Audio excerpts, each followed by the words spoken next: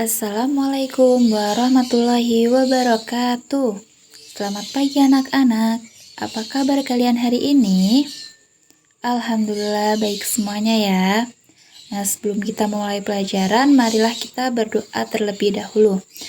Bismillahirrahmanirrahim.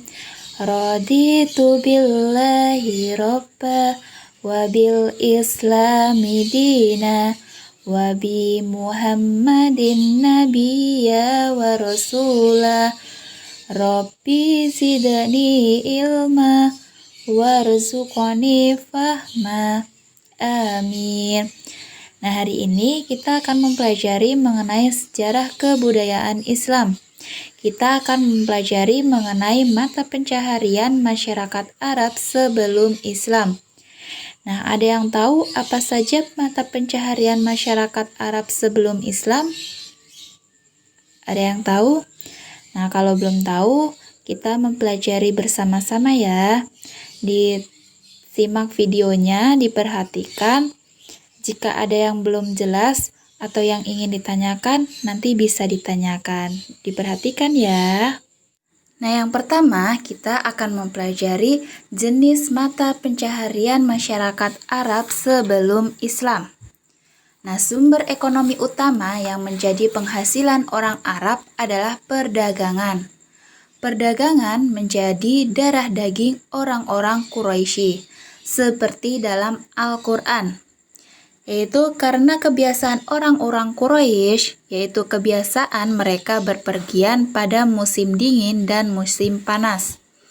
Surat Al-Quraisy ayat 1-2.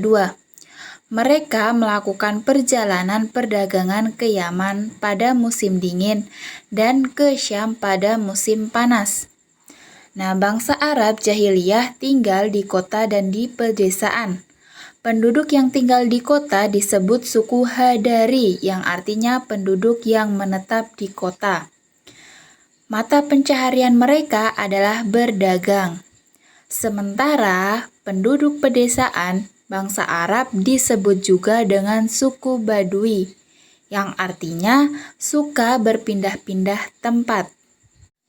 Nah, mata pencaharian mereka adalah bertani dan berternak. Nah, sebelumnya kita akan membahas mengenai mata pencaharian masyarakat Arab secara garis besar. Yang pertama ada perdagangan. Suku Arab yang tinggal di kota seperti Mekah dan Madinah mayoritas bekerja sebagai pedagang. Perdagangan di kota Mekah dan Madinah pada zaman jahiliyah sudah sangat maju. Mereka melakukan perjalanan dagang dengan jalan kaki, naik unta ataupun naik kuda.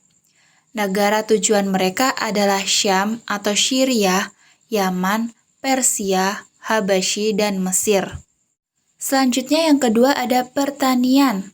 Nah, tanah sebagian di Arab berupa padang pasir yang sangat panas dan gersang. Tetapi terdapat lahan yang subur di lembah-lembah yang terdapat mata air atau oasis, dan seringkali terjadi hujan. Tanah pertanian yang utama terdapat di daerah Thaif. Nah, hasil pertanian antara lain sayur dan buah-buahan. Hasil pertanian kemudian dijual ke kota-kota seperti Mekah dan Madinah. Nah, selanjutnya kita akan membahas mengenai peternakan.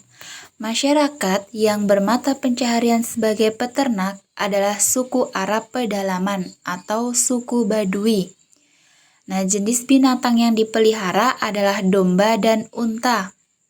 Nah, pada saat mengembala hewan-hewan ternak, mereka harus berpindah-pindah tempat untuk mencari oasis atau tanah yang subur sebagai makan hewan ternak mereka.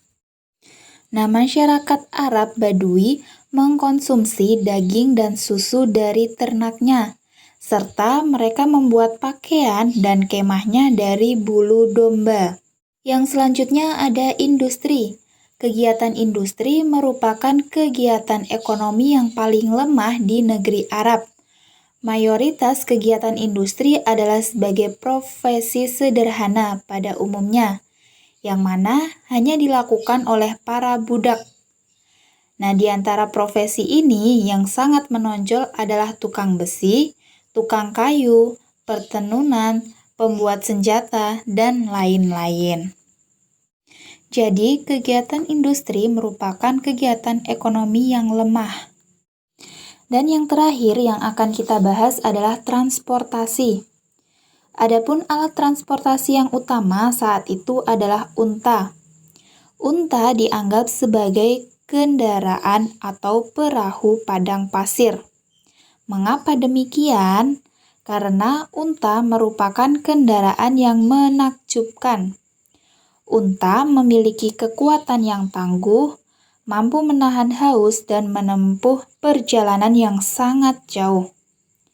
Unta-unta ini pergi membawa barang dagangan dari suatu negeri ke negeri lainnya untuk diperjualbelikan. Nah, dari penjelasan Ustazah tadi, ada yang ingin ditanyakan? Nah, tadi kita sudah membahas mengenai perdagangan. Kemudian, kita juga sudah membahas mengenai pertanian. Kemudian, kita membahas juga mengenai peternakan. Dan juga kita membahas industri dan transportasi. Nah, selanjutnya kita akan membahas tata cara berdagang masyarakat Arab sebelum Islam. Ada beberapa faktor yang mendorong kemajuan perdagangan Arab sebelum Islam. Yang pertama ada kemajuan produksi lokal serta kemajuan aspek pertanian. Yang B, adanya anggapan bahwa pedagang merupakan profesi paling bergengsi. C. Terjalinnya suku-suku ke dalam politik dan perjanjian perdagangan lokal maupun regional antara pembesar Hijaz dan suatu pihak dengan penguasa Syam, Persia dan Ethiopia di pihak lain. Yang D.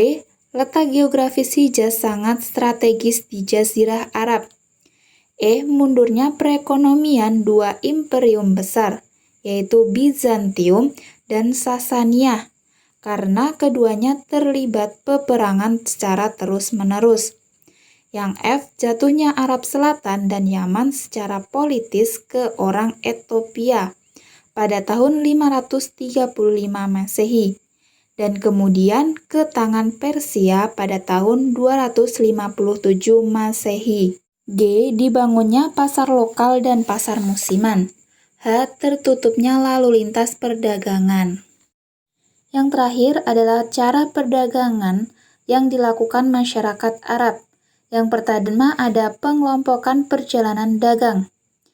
4 putra Abimanaf atau pemimpin dan penguasa suku Quraisy yang ditunjuk memimpin perjalanan besar pedagang, yaitu yang pertama ada Hashim, yang kedua ada Abdusyam, yang ketiga ada Abdul Muthalib atau kakek Nabi Muhammad.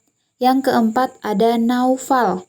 Selanjutnya, perdagangan dilakukan dengan cara berombongan atau qafilah. Nah, masyarakat Arab terutama suku Quraisy dikenal dengan sebagai pedagang yang tangguh. Mereka sering mengadakan perjalanan perdagangan ke luar negeri dengan rombongan yang besar. Yang ketiga ada cara pengaturan waktu perjalanan perdagangan. Nah, ada 2 musim perjalanan yang dilakukan oleh bangsa Quraisy, yaitu musim panas dan musim dingin. Ketika musim panas, mereka berjalan ke Syam. Ketika musim dingin, mereka berjalan ke negeri Yaman.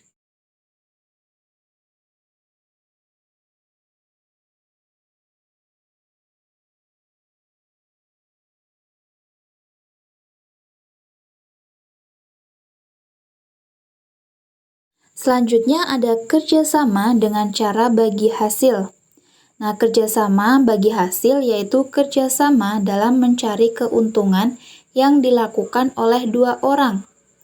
Pihak pertama sebagai pemilik modal dan pihak kedua sebagai orang yang menjalankan modal tersebut. Baik modal itu berupa uang ataupun berupa barang.